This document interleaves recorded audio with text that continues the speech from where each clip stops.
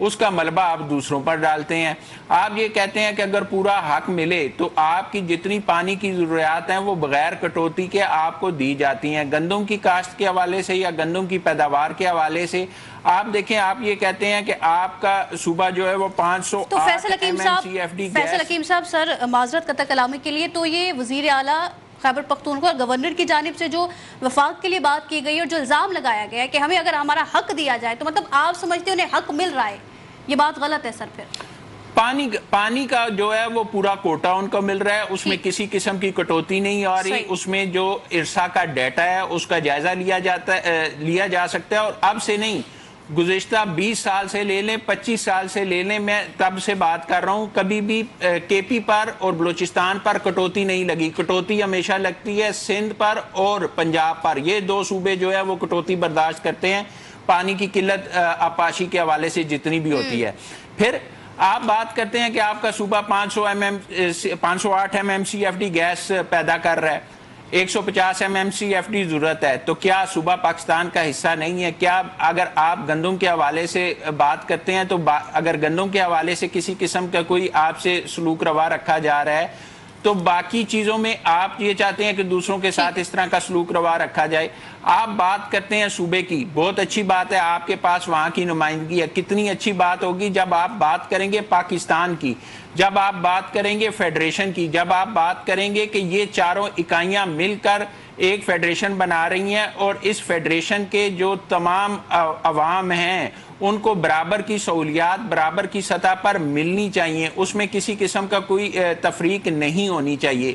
یہ بات جب آپ کریں گے تو یقینی طور پر آپ پورے پاکستان کی نمائندگی کریں گے. آپ نے بات کی کہ وفاق آپ کے ساتھ زیادتی کرتا ہے, تو وفاق یہ بات کر رہے ہیں کہ وفاق نے ایک پالیسی بنائی, برابر کی سطح پر تمام صوبوں کو تمام سہولیات مل رہی ہیں. سر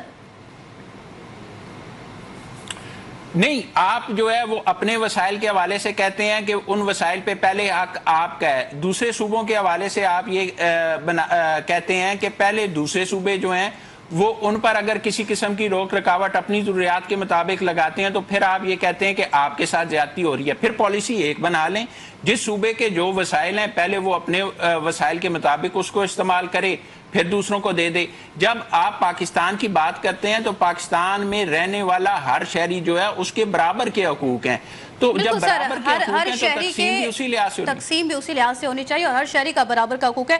اعظم صاحب سر آپ کیا کہیں گے, کیونکہ وزیر اعلیٰ اگر خیبر پختونخوا کی بات کریں, گورنر خیبر پختونخوا کی بات کریں, ایک ہی موقف پر اب آ گئے ہیں کہ خیبر پختونخوا کو پانی کا اپنا حصہ نہیں مل رہا. فیصل حکیم صاحب کہہ رہے ہیں کہ مل رہا ہے, سر آپ بتائیے گا. بہت شکریہ سویرا آپ کا. فیصل حکیم صاحب نے بڑی خوبصورت بات کی ہے. دیکھیں کے پی کے جو گورنر ہیں اور وزیر اعلیٰ افریدی صاحب کی مشترکہ پریس کانفرنس کو اگر آپ غور سے دیکھیں تو ظاہر آپ کو یہ لگے گا ایک معمول کی سیاسی سرگرمی ہے, مگر آپ دیکھیں کہ حقیقت میں پاکستان کی بدلتی سیاست کا ایک اہم اشارہ میں سمجھ رہا ہوں اسے. ایک ایسے وقت میں سویرا جب ملک ایک شدید سیاسی تقسیم کا شکار ہے, وہاں پیپلز پارٹی کے گورنر تھیکن صاحب کے وزیر اعلیٰ کا ایک ہی میز پر بیٹھ کر وفاقی حکومت پر تنقید کرنا لیکن معمولی واقعہ نہیں ہے, خاص طور پر اس وقت جب دونوں نے گندم بحران, سی این جی بندش اور صوبائی حقوق جیسے حساس معاملات پر تقریباً ایک جیسا موقف اختیار کیا ہے. دیکھیں سویرا, پاکستان کی سیاست میں آپ کو پتہ ہے گورنر ہاؤس ہمیشہ وفاق کی نمائندگی اور سی ایم جو ہے خود مختاری کی علامت. یہی وجہ ہے کہ کے پی میں یہ منظر آپ کو ایک اپنی طرف کھینچ لیتا ہے, توجہ کا مرکز بن جاتا ہے. اور فیصل کریم کنڈی کا وزیر اعلیٰ کے موقف کی حمایت کرنا میں سمجھتا ہوں کہ یوں لگ رہا ہے جیسے صوبائی مفادات اب جماعتی سیاست سے اوپر آنا شروع ہو گئے ہیں. اصل میں آپ سویرا یہ دیکھیں کہ اصل مسئلہ صرف گندم یا سی این جی کا نہیں بلکہ احساس محرومی کا ہے. کے پی میں آپ کو پتہ ہے پہلی دہشت گردی, معاشی مشکلات اور وسائل کی کمی جیسے بڑے مسائل ہیں. ایسے میں اگر صوبے کو یہ احساس ہو کہ وفاق اس کے ساتھ امتیازی سلوک کر رہا ہے تو یہ سیاسی رد عمل مزید میں سمجھتا ہوں شدت اختیار کر سکتا ہے. یہی وجہ ہے کہ دونوں رہنماؤں نے غریب عوام کارڈ کھیلا ہے اور غریب عوام کا ذکر کر کے سیاست کو صرف سیاسی مخالفت کے بجائے عوامی مسئلہ بنانے کی کوشش کی ہے.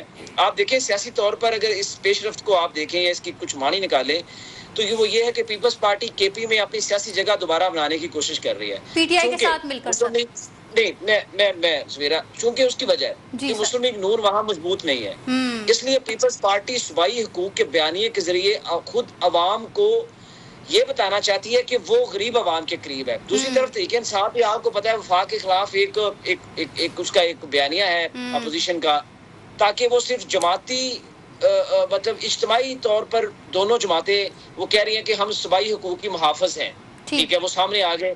اچھا, تو اس کا مطلب یہ ہے کہ کیا پیپلز پارٹی اور تحریک انصاف مستقبل میں اکٹھی ہو سکتی ہیں؟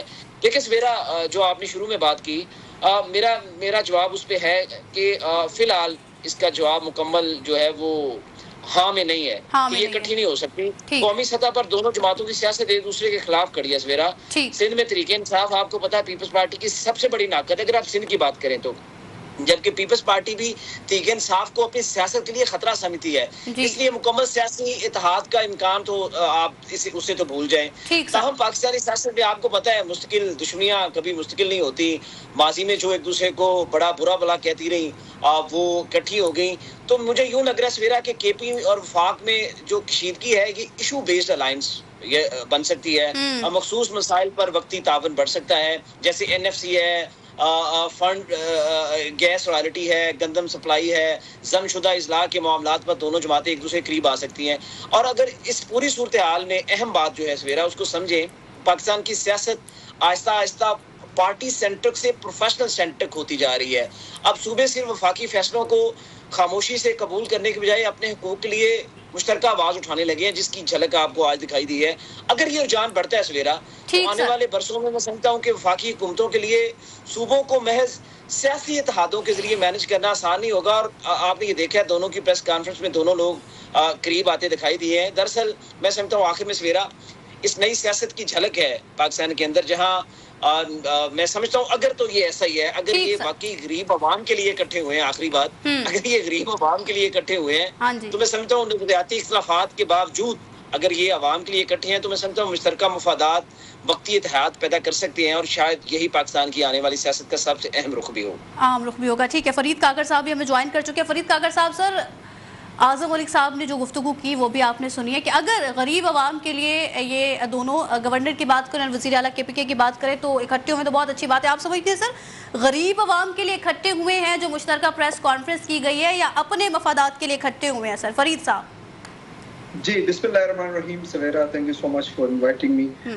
دیکھیں, یہ جو نیا رومانس چل رہا ہے پاکستان تحریک انصاف اور پاکستان پیپلز پارٹی کا, باوجود اس کی کہ پاکستان پیپلز پارٹی چاہتی ہے کہ تحریک انصاف جو ہے ان کے اندر سیاسی جو بلوغت ہے اس کی شدید کمی ہے, لیکن مجھے لگتا ہے یہ نیا جو رومانس ہے اسے ہم سوشل میڈیا رومانس یا فیس بک فرینڈشپ کہہ سکتے ہیں, جہاں پہ ان کے مفادات تو ایک ساتھ نظر نہیں آ رہے, لیکن کچھ جگہوں پہ جو ہے وہ ان کو اکٹھے کوئی نہ کوئی ٹارگٹ جو ہے وہ اچیو کرنے کی دونوں چاہ رہے ہیں. پاکستان تحریک انصاف آپ کو معلوم ہے کہ گزشتہ, تو فرید کاکڑ صاحب وہ ٹارگٹ کیا ہے جو آپ کہہ رہے ہیں نا کچھ ٹارگٹ اچیو کرنا چاہ رہے ہیں, کیا ہے وہ ٹارگٹ سر؟ میں آ رہا ہوں اس پہ, مجھے دیجیے گا.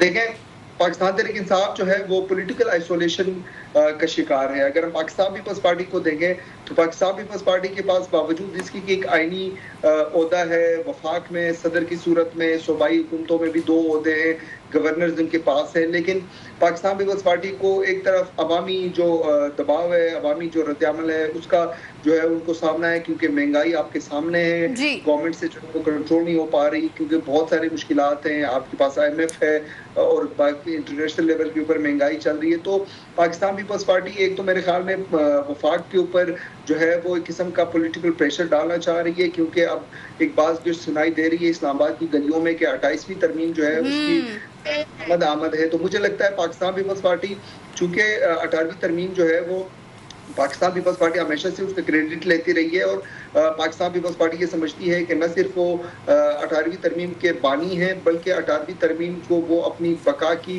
بنیادی اکائی سمجھتے ہیں. تو میرے یہ خیال ہے کہ کیونکہ یہ بات جو ہے وہ زیر غور ہے, اس میں کوئی شک نہیں ہے کہ جو ریاست ہے یا ڈیپ اسٹیٹ ہے وہ یہ سمجھتی ہے کہ 18ویں ترمیم کی وجہ سے بہت سارے جو صوبوں کے پاس ہے وفاق انتہائی کمزور ہوتا جا رہا ہے.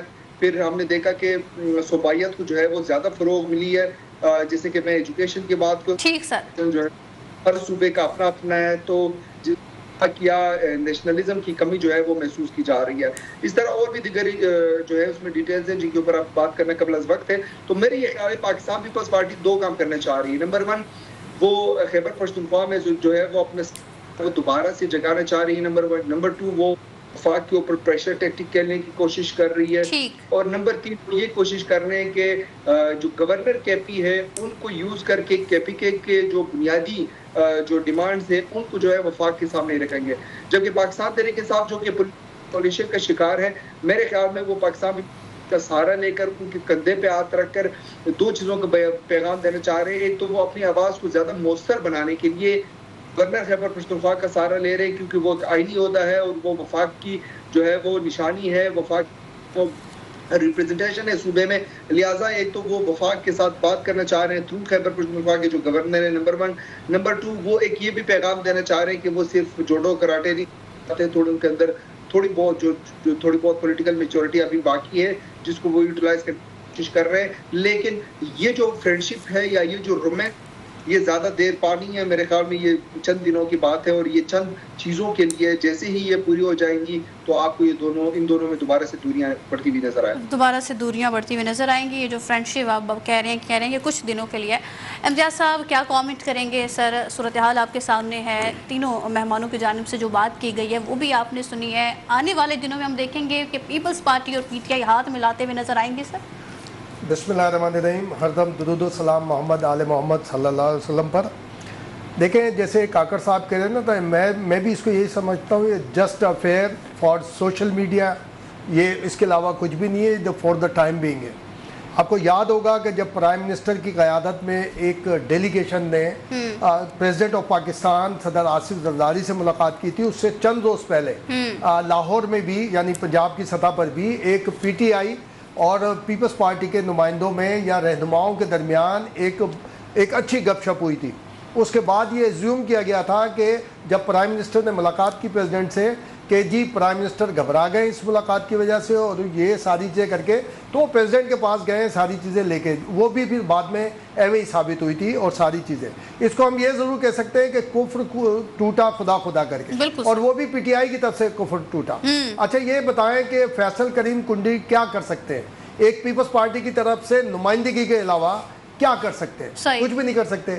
بالکل اسی طرح جیسے گورنر پنجاب سلیم صاحب، اور وہ ہے 2-3 مرتبہ انہوں نے وائس چانسلر کے معاملے پہ کوئی بات کی، صوبائی حکومت سے اختلاف کیا، بعد میں سب معاملات بہتر ہو گئے، لیکن پولیٹیکلی ہم اس کو ایک اچھی اچیومنٹ کہہ سکتے ہیں کہ خدا کرے کہ پی ٹی آئی اس رابطوں کی اہمیت کو سمجھے اور آگے بھی دوسرے بھی جو رابطے ہیں، سیاست کو سیاست کی طرح کرے، مزاحمت کو مزاحمت کی طرح کرے، مفاہمت کو مفاہمت کی طرح کرے، اور بہت زیادہ اس میں کامیابی ہو جائے گی۔ اور یہ ساری آپ کو یاد ہوگا رانا ثناء اللہ نے کہا کہ اب یہ جو سہیل آفریدی ہیں ان کو ہٹا دیا جائے گا۔ اس کی وجہ یہ ہے کہ اب انہوں نے بات سننا شروع کر دی ہے، وہ پہلے والے جو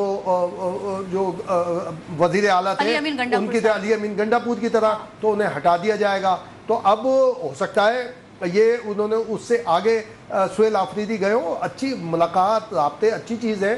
اور دوسری ایک اور بات تھی کہ دیکھیں وہاں پہ فیئر جو ہے نا، یہ ابھی جیسے میرے خیال ہے اعظم بھائی ہم سب یہ جو بات ہو رہی تھی کہ پیپلز پارٹی کا یا مسلم لیگ نون کا وہاں پہ کوئی وہ نہیں ہے۔ ہزارہ پورا بیلٹ جس دن نواز شریف تھوڑی ایفرٹ کر لیں نا، یہ ہزارہ بیلٹ میں نہیں سمجھتا کہ کہیں وہاں پہ مسلم لیگ نون سے کہیں ادھر ادھر گیا۔ ثابت شاہ ایک عرصے تک رہے وہاں پر، وزیر اعلیٰ رہے انہوں نے، اور وہاں پہ سردار مہتاب عباسی گورنر رہے وہاں پر، ساری چیزیں اور رہے، یہ ساری صورتحال سامنے ہے۔ لیکن فیصل صاحب نے جو ایک بات کی نا، یہ بڑی ایک اہم سی بات ہے کہ پانی واقعی بلوچستان، کاکڑ صاحب اور مزید بتا سکیں گے، لیکن جو ہم ارسا کی ڈاکومنٹس پڑھتے ہیں یا ارسا کے جب میٹنگز ہوتی ہیں اس کو ہم فالو کرتے ہیں، تو بلوچستان نے کئی مرتبہ سندھ کے اوپر یہ الزام یعنی یہ کہا الزام ہم نہیں بات کریں کہ بھئی میرے پانی کی کٹوتی کی گئی ہے، لیکن جب بتایا گیا سب ہوا تو پتہ چلا کہ خیبر پختونخوا اور بلوچستان، یہ دیکھیں وہ کی جو فلو ہے نا پانی کا سویرا پاسبلٹی نہیں ہے، ڈسٹریبیوشن کہاں سے ہوتی ہے؟ آفٹر خیبر پختونخوا، اگر آپ دیکھیں گے سارا۔ اور پھر صرف ایک لنک کے طور پہ کہ آپ اگر دریائے کنار اور دوسرے کے اوپر بات کریں گے نا، یہ پی ٹی آئی کی گورنمنٹ نے آج سے 13 سال پہلے وعدہ کیا تھا کہ ہر سنگل کلومیٹر یا 2 کلومیٹر پر جہاں کوئی گاؤں شروع ہوگا وہاں پہ یہ ہمارا جو بجلی کی پیداوار کے لیے ٹربائن لگائے جائیں گے. شاید اپنی مدد آپ کے تحت بہت ساری جگہوں پر گاؤں کے لوگوں نے لگائے ہیں, وہاں ٹربائن بھی لگائے ہیں, بہت ساری جگہ پہ لگائے ہیں. سر ابھی فرید کاکڑ صاحب نے 28ویں ترمیم کی بات کی ہے, بڑی باز گشت چل رہی ہے 28ویں ترمیم کی, تو کیا پیپلز پارٹی 28ویں ترمیم کے لیے سر رضامند ہوگی؟ دیکھیں 28ویں ترمیم سے ناراض کب ہے پیپلز پارٹی کا؟ کیا ڈائلوگ ہوتے ہیں ہمیشہ, جیسے 18ویں ترمیم میں بھوربن والے پروگرام میں بھوربن میں جب نواز شریف صاحب, آصف زرداری صاحب کا 18ویں ترمیم میں ڈائلوگ ہو رہا تھا, میں اسد علی خان صاحب کے ساتھ وہاں پہ ہم بھوربن کے اندر موجود تھے. اس میں ایک جملہ بڑا مشہور ہوا تھا کہ صدر صاحب نے اٹھتے ہوئے آصف زرداری صاحب نے کہا تھا کہ یار یہ کوئی قرآن شریف کی تحریر تھوڑی ہے جو ترمیم نہیں ہو سکی. اس کے اوپر نون نے بڑا واویلا مچایا تھا کہ جناب, جبکہ انہوں نے چلتے ہوئے ستن ایک بات کی تھی. تو اس وقت بھی یہی ساری صورتحال آئی تھی. اس وقت پیپلز پارٹی ایک ڈائلوگ سیٹ کے اوپر تھی اور وہ سب سے مذاکرات کر رہے تھے, نون کے ساتھ بھی, جے یو آئی کے ساتھ بھی, سب کے ساتھ مذاکرات کر رہے تھے. 19ویں ترمیم میں بھی ایسے ہوا, لیکن جو پاپولر ہوئی ہے وہ 18ویں ترمیم ہوئی اور 23ویں اور پھر 26ویں آئینی ترمیم ہوئی زیادہ. 18ویں ترمیم میں سب سے بڑا کیا ہوا تھا کہ اس کے اندر جو پرویز مشرف کے دور میں تیسری مرتبہ پرائم منسٹر بننے پہ پابندی تھی, سب سے زیادہ فوکس اس پر تھا. نون نے اس کے اوپر ڈیمانڈ کی اور بے نظیر صاحبہ شہید ہو چکی تھی, نون بینیفیشری تھی. 18ویں ترمیم میں انہوں نے ساری باتیں مان لی. 26ویں آئینی ترمیم میں کیا ہوا؟ 26ویں آئینی ترمیم میں آئینی عدالت کا قیام عمل میں آیا اور بھٹو صاحب کا جو ایک کیس تھا کہ بھٹو کے کیس کو ریوائیو کیا گیا, بھٹو صاحب کے شہید کے کیس کو, اور اس پہ عدالت نے اس کیس کو ریویو کیا. اور 28ویں ترمیم میں ایوی میں نہیں سمجھتا, اس کو ہم اس کو ریڈ کرتے کہ 26ویں آئینی ترمیم میں کہا گیا جو اس میں شامل نہیں ہے 27ویں میں شامل ہوگی. کیا شامل ہوگی بھائی؟ یہ ضرور ہے کہ جو ابھی ایک دو روز سے ڈیبیٹ کی جا رہی ہے کہ 18 سال کی عمر بڑھا دی جائے ووٹر کے حوالے سے, شاید یہ ہوگی. وہ بولے جی یہ پنکی کا کیس آیا, کہا یہ بلیک میل کیا جا رہا ہے. یا خدا کو مانو بھائی, سیاسی جماعتیں یا سیاستدان اس طرح آسان نہیں ہوتے. یہ بڑے بڑے جو ڈکٹیٹر تھے, ضیاء الحق نہیں وہ کر سکا, ڈنڈے کے زور پہ ایک عرصے تک چلا. پرویز مشرف ڈنڈے کے زور پر ایک عرصے تک چلا, بعد میں اس کو گھٹنے ٹیکنے پڑے سیاستدانوں کے سامنے. تو یہ ڈائلوگ کا ایک عمل ہوتا ہے. جب 28ویں ترمیم ہوگی, میں سمجھتا ہوں یہ ووٹر لسٹ کا جو آیا 18 سال سے عمر بڑھانے والا, اور بس اس کے اوپر اچھا صوبوں کے اوپر ہے کہ جی صوبے بنائے جائیں گے. لیکن سر آپ نے دیکھا بلاول بھٹو صاحب کہہ رہے ہیں کہ ہمیں جو ہے مجھے اعتماد میں نہیں لیا گیا, نہ ہی مجھ سے ایسی کوئی بات کی گئی ہے. بلاول صاحب نے کہا, نہیں بلاول صاحب نے کہا کہ میرے سامنے ابھی تک یہ کوئی 28ویں ترمیم کی بات ہی نہیں, نہ مسودہ آیا. آپ دیکھیں خیبر پختونخوا میں جائیں گے نا, 2 دارالحکومت ہیں, ایک پشاور دارالحکومت ہے, دوسرا ایبٹ آباد فنکشنل دارالحکومت ہے. پنجاب کے اندر ٹھیک ہے, امتیاز صاحب بلاول صاحب کہہ رہے ہیں کہ ان کے علم میں نہیں ہے سر, آپ یہ بات کر رہے ہیں. لیکن P F C award, N F C award کی طرح ہم پی ایف سی ایوارڈ کے اوپر بات کر سکتے ہیں. یہ جو فیصل صاحب, جی اعظم صاحب, اصل میں سویرا دیکھیں انہوں نے خوبصورتی کے ساتھ یہ بات کی ہے. دیکھیں اصل مسئلہ یہ نہیں ہے کہ پیپلز پارٹی 18ویں ترمیم پر اس کا ساتھ دے گی ہاں یا نہ, میں آپ دیکھ رہے ہیں. اصل سوال یہ ہے کہ پیپلز پارٹی اگر ساتھ دے گی تو کس قیمت پر دے گی. دیکھیں اس وقت پیپلز پارٹی کے پاس 3 چیزیں ہیں نا. پیپلز پارٹی خود کو مکمل طور پر ابھی کمٹ تو کر ہی نہیں رہی, اور آپ کو پتہ ہے حکومت کے پاس 18ویں ترمیم کے لیے مطلوبہ جو پارلیمانی طاقت ہے وہ بھی نہیں ہے. دیکھیں اس وقت اگر 28ویں ترمیم میں پیپلز پارٹی ساتھ دیتی ہے تو 3-4 ایشوز ہیں نا. صوبائی اختیارات کم کرنا, نئے صوبے بنانا, لوکل گورنمنٹ کو غیر معمولی طاقت ہے, وفاقی اسٹرکچر تبدیل کرنے جیسے نکات ہے, اور 18 سال جیسے جو ہیں. تو پیپلز پارٹی جو دیکھیں پیپلز پارٹی کی جو کمٹ ہے وہ میں سمجھتا ہوں بارگیننگ پوزیشن لے کے آئے گی. یعنی پہلے اپنے سیاسی مفادات دیکھے گی, خاص طور پر آپ کو پتہ ہے سندھ میں اختیارات. تو آزم ملک صاحب آپ کہہ رہے ہیں کہ وہ اپنے بارگیننگ پوزیشن میں آئے گی, تو آپ سمجھتے ہیں منوا لے گی پیپلز پارٹی جو صورتحال آپ کہہ رہے ہیں؟ یہ ڈیپینڈ کرے گا اگر تو ترمیم محدود نوعیت کی ہوئی اور پیپلز پارٹی کو سیاسی سپیس یا مفادات ملے تو پھر یہ حمایت میں سمجھتا ہوں خارج از مکان نہیں ہے. یہی وجہ ہے کہ اسلام آباد میں اس وقت یہ تاثر موجود ہے کہ اعظم ملک صاحب 27ویں ترمیم میں بھی تو ہم یہی سن رہے تھے این ایف سی وارڈ کا معاملہ ہوگا, پھر یہی باتیں کی گئی جو 27ویں ترمیم میں نہیں ہوگا وہ 28ویں ترمیم میں ہوگا. پیپلز پارٹی نے تب کہا تھا کہ اس صورتحال پہ پیپلز پارٹی کبھی کمپرومائز نہیں کرے گی. تو سر آپ کو لگ رہا ہے پیپلز پارٹی کمپرومائز کر جائے گی این ایف سی وارڈ کے معاملے میں, جو چیزیں 18ویں ترمیم میں تھی سر؟ دیکھیں سویرا میں اس کے اوپر آپ کو بات کر رہا ہوں کہ اگر ترمیم محدود نوعیت کی ہوئی اور پیپلز پارٹی کو سیاسی سپیس ملی یا مفادات ملے جن کا اوپر ہم نے ذکر کیا ہے, جیسے این ایف سی ہے, صوبائی خود مختاری ہے, لوکل باڈیز ہے, تو پھر تو حمایت خارج از مکان نہیں ہے, وہ آ جائیں گے. لیکن میں بتاؤں کہ اسلام آباد میں اس وقت آپ لوگ تو فیصل صاحب اس وقت اسلام آباد میں ہیں, تو اسلام آباد کے اندر یہ تاثر ضرور موجود ہے کہ پیپلز پارٹی بظاہر 18ویں ترمیم کے حوالے سے فاصلے پر کھڑی ہے, مگر اس نے مکمل طور پر دروازہ بند نہیں کیا. ٹھیک ہے سر, مکمل طور پر دروازہ بند نہیں کیا. فیصل صاحب دیکھیں سویرا, اس میں دو چیزیں جو ہیں وہ ایڈ کرنے کے. 28ویں ترمیم کا مسودہ ابھی تک کوئی سامنے نہیں آیا ہے. ابھی تک جو باتیں ہیں وہ ساری کی ساری یا تو سوشل میڈیا پہ چل رہی ہیں یا ہوا میں چل رہی ہیں. 18 سے 25 سال جو بات کرنے کی تھی کہ ووٹر کی عمر کی حد کر دی جائے, 27ویں ترمیم میں بھی تو سر یہی صورتحال دیکھی تھی نا کہ وفاقی جو وزیر تھے وہ بھی یہی اینڈ ٹائم تک کہتے رہے تھے کہ ہمارے سامنے کچھ نہیں آیا. جس کی حکومت تردید کر چکی, 18 سے 25 سال جو ہے وہ ایج کرنے کے حوالے سے تردید آ چکی ہے.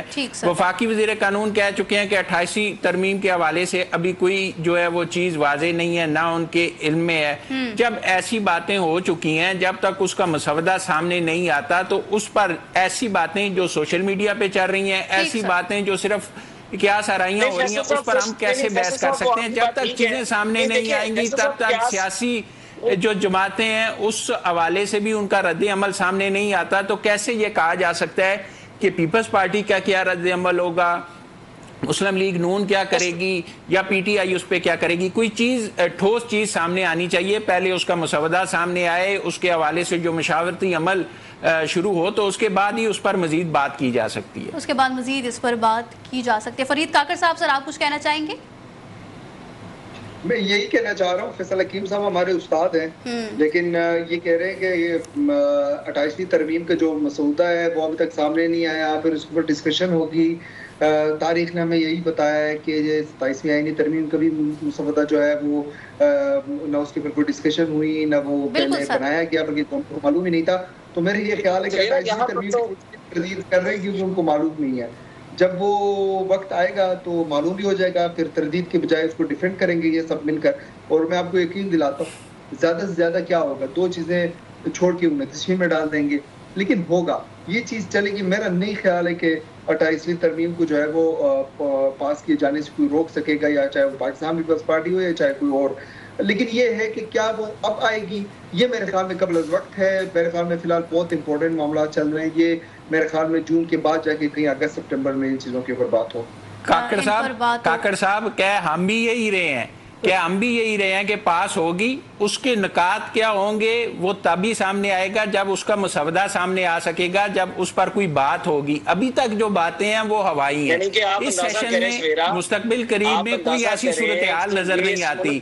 ہم نے یہ نہیں کہا کہ 28ویں ترمیم کا جو ہے وہ نہیں آئے گی یا وہ پاس نہیں ہوگی, پیچھے بھی 27 اسی طرح گئی ہیں, لیکن 28ویں جب سامنے آئے گی تو تبھی اس پر بات کی جا سکے گی. میرا فقط جو نقطہ نظر ہے وہ یہ ہے.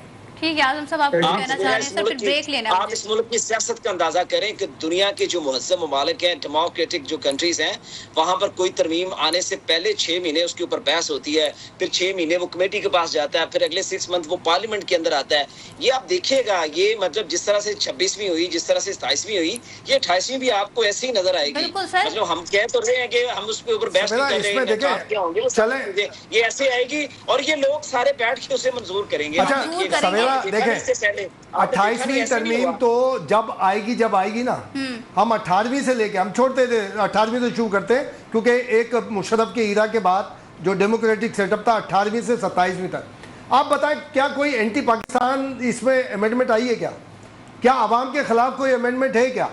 تو 28ویں بھی آئے گی تو اسی طرح آئے گی. یہ ضرور ہے کہ پیپلز پارٹی کیوں اس پر نہیں یہ میں اور آپ بات کر رہے ہیں, جو فیصل صاحب کہہ رہے ہیں نا, جو کاکڑ بول رہے ہیں, جو ہم یہ سوشل میڈیا والے ڈیبیٹ کر رہے ہیں, یہ ہوتا ہے. پہلے بھی پیپلز پارٹی نے یہ بات کی تھی کہ این ایف سی وارڈ پر, صوبوں کے معاملات پر جو 18ویں ترمیم میں ہے, ان پر پیپلز پارٹی کبھی کمپرومائز نہیں کرے گی. این ایف سی پہ سب کھڑے ہوئے ہیں, لیکن پی ایف سی کا جب معاملہ آتا ہے نا تو پیپلز پارٹی ڈیفینسیو بتا رہے ہیں نا. 28ویں ترمیم میں بھی یہ امکانات بتا رہے ہیں. سب سیاسی جماعت 27ویں ترمیم میں بھی یہ بات کر چکے تھے کہ جو چیزیں اب 27ویں ترمیم میں نہیں ہے, جن کی باز گشت ہے, جیسے N F C Sawera, N F C کا معاملہ جو ہے نا.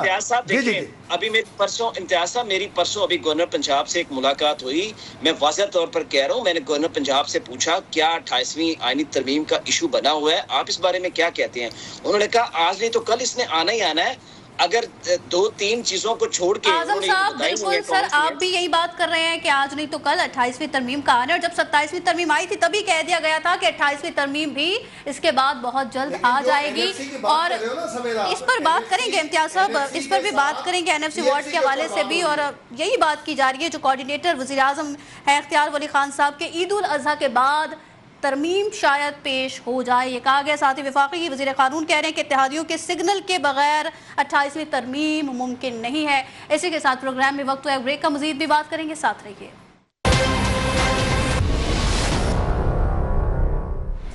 ویلکم بیک ناظرین۔ اسرائیل کا جو ہتھ کنڈہ ہے، جس طریقے کی وہ صورتحال کرتے ہوئے نظر آ رہا ہے، اور جنگی جنون میں مبتلا جو نیتن یاہو ہے وہ اپنے ان تمام صورتحال سے، ان چیزوں سے باز نہیں آ رہا۔ ایک طرف ایران میں حملے کیے گئے، دوسری طرف ہم بات کریں تو لبنان پر بھی جو ہے وہ حملے جاری ہیں، اور ساتھ ہی اب غزہ کے حوالے سے بات کر لیتے ہیں، جو کہ ہم شروع دن سے ایک چیز صورتحال دیکھتے ہوئے آ رہے ہیں۔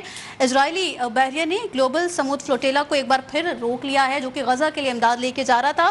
غزہ کے لیے امداد لے جانے والے سمود فلوٹیلا میں ایدھی فاؤنڈیشن کے سربراہ فیصل ایدھی کے بیٹے سعد ایدھی بھی امداد لے جانے والوں میں شامل تھے۔ اس پر بات کریں گے۔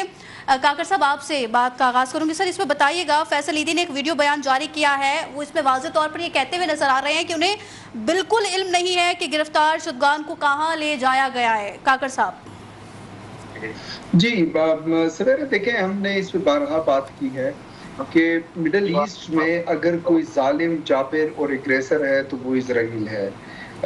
جو یہودی فورسز ہیں، جو کہ زائونسٹ رجیم ہے مڈل ایسٹ میں، یہ ان کا ایک ہی مقصد ہے کہ زیادہ سے زیادہ اگریشن کیا جائے۔ یہ نہ انسان دیکھتے ہیں، نہ ان کے اندر کوئی انسانیت ہے ان کے اندر، نہ یہ پولیٹیکل جو ڈاکٹرائن ہے اس کی رسپیکٹ کرتے ہیں۔ یہ صرف اور صرف جو ہے وہ ایک گریٹر اسرائیل اسٹیٹ بنانے کی جو موقف ہے، جو ان کا ویژن ہے، وہ اس کو لے کر چل رہے ہیں، اور وہ اس کو حاصل کرنے کے لیے کسی بھی حد تک جا سکتے ہیں۔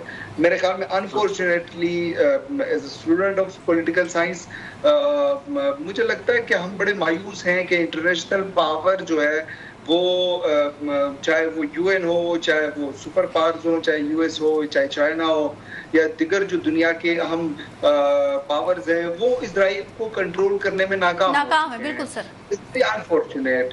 یہ مسئلہ صرف اسرائیل کا نہیں ہے، یہ بیسیکلی پوری دنیا کے امن کے لیے خطرہ ہے۔ یہ پورا مرحلہ اور یہ پورے انسانیت کے لیے اس وقت خطرہ بن چکا ہے۔ تو میرے خیال میں یہ بڑی بدقسمتی ہے۔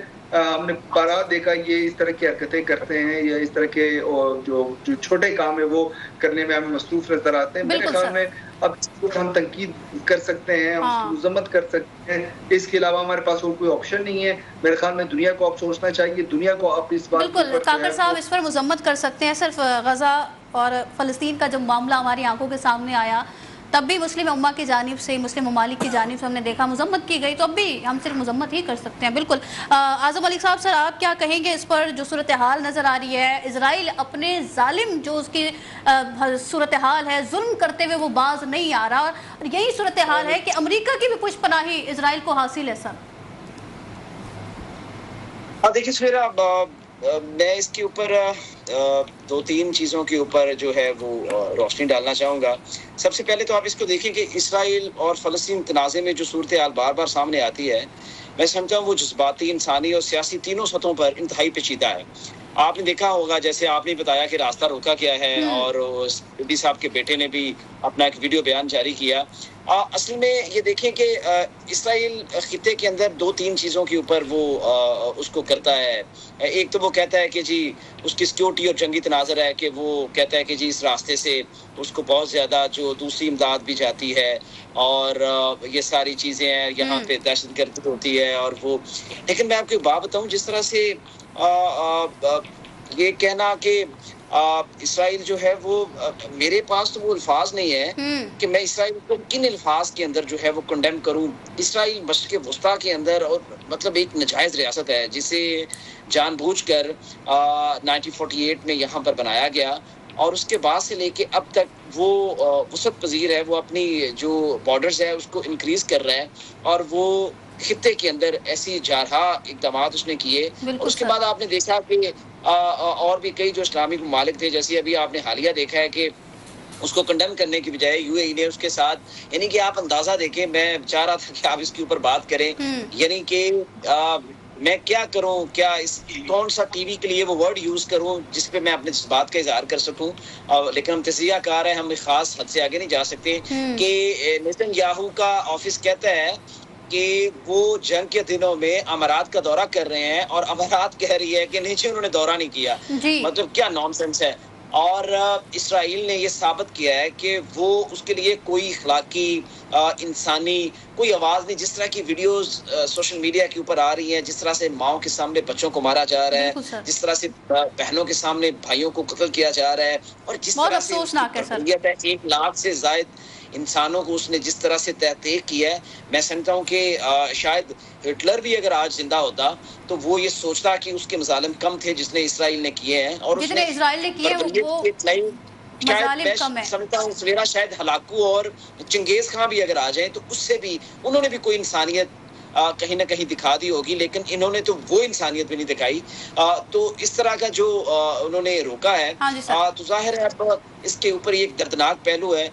دوسری بات، آپ یہ جو بات کرتی ہیں مسلم امہ والی، یہ نہ کیا کرتے، کوئی مسلم امہ نہیں ہے، امہ شمہ یہ بس ایسی ڈرامہ ہے۔ یا آپ نے دیکھا امہ ہوتی تو کیا لوگ جو تھے امارات والے جنگ کے دنوں میں مطلب ایران کا ساتھ دیتے یا امریکہ اور اسرائیل کے ساتھ جا کھڑے ہوتے؟ دوسرے ممالک دیکھ لیں، آپ نے مصر میں دیکھا انہوں نے اپنے بارڈرز بند کر دیے، لوگ بیچارے بارڈرز کے اوپر فلسطینی زندہ جو ہیں وہ بھوک کے ساتھ مر گئے اور کسی نے بارڈر نہیں کھولا۔ کیا بات کر رہی ہیں آپ؟ کیا مذمت کروں میں، دل تو خون کے آنسو روتا ہے۔ بالکل سر، دل خون کے آنسو روتا ہے جس طریقے کی صورتحال ہمارے سامنے آتی ہے، اور شروع دن سے ہم جو غزہ کا معاملہ دیکھ رہے ہیں، ہم یہاں ٹی وی پہ بیٹھ کر مذمت ہی کر سکتے ہیں۔ فرید کاکڑ صاحب نے بالکل درست بات کی ہے، جو اقدامات کر سکتے ہیں، جو کام کر سکتے ہیں، وہ لوگ کچھ بھی کرتے ہوئے نظر نہیں آ رہے۔ فیصل حکیم صاحب، سر ابھی اعظم صاحب نے متحدہ عرب امارات کی بات کی ہے، جس پر ایرانی سپریم لیڈر کے ملٹری سیکریٹری محسن رضائی صاحب ہیں، انہوں نے مشورہ دیا ہے متحدہ عرب امارات کو کہ اسرائیل کی سازشوں میں نہیں الجھیں، اور ساتھ ہی ایران، متحدہ عرب امارات اور اسرائیل کے درمیان تعلقات سے ہم اچھی طرح سے آگاہ ہیں۔ سر واضح طور پر یہ بات کر دی گئی ہے، اس پر بھی کامنٹ کریے گا، اور ساتھ ہی جو صورتحال ہمیں نظر آئی ہے، ساتھ فیصل عیدی صاحب نے جو بات کی ہے کہ ان کے بیٹے کی بھی ان کو کوئی خبر نہیں ہے، تو جو پیس بورڈ بنایا تھا جنگ بندی کے حوالے سے امریکی صدر ڈونلڈ ٹرمپ نے، وہ کہاں گیا؟ یہ ساری صورتحال کیا اب امریکی صدر کو نظر نہیں آ رہی؟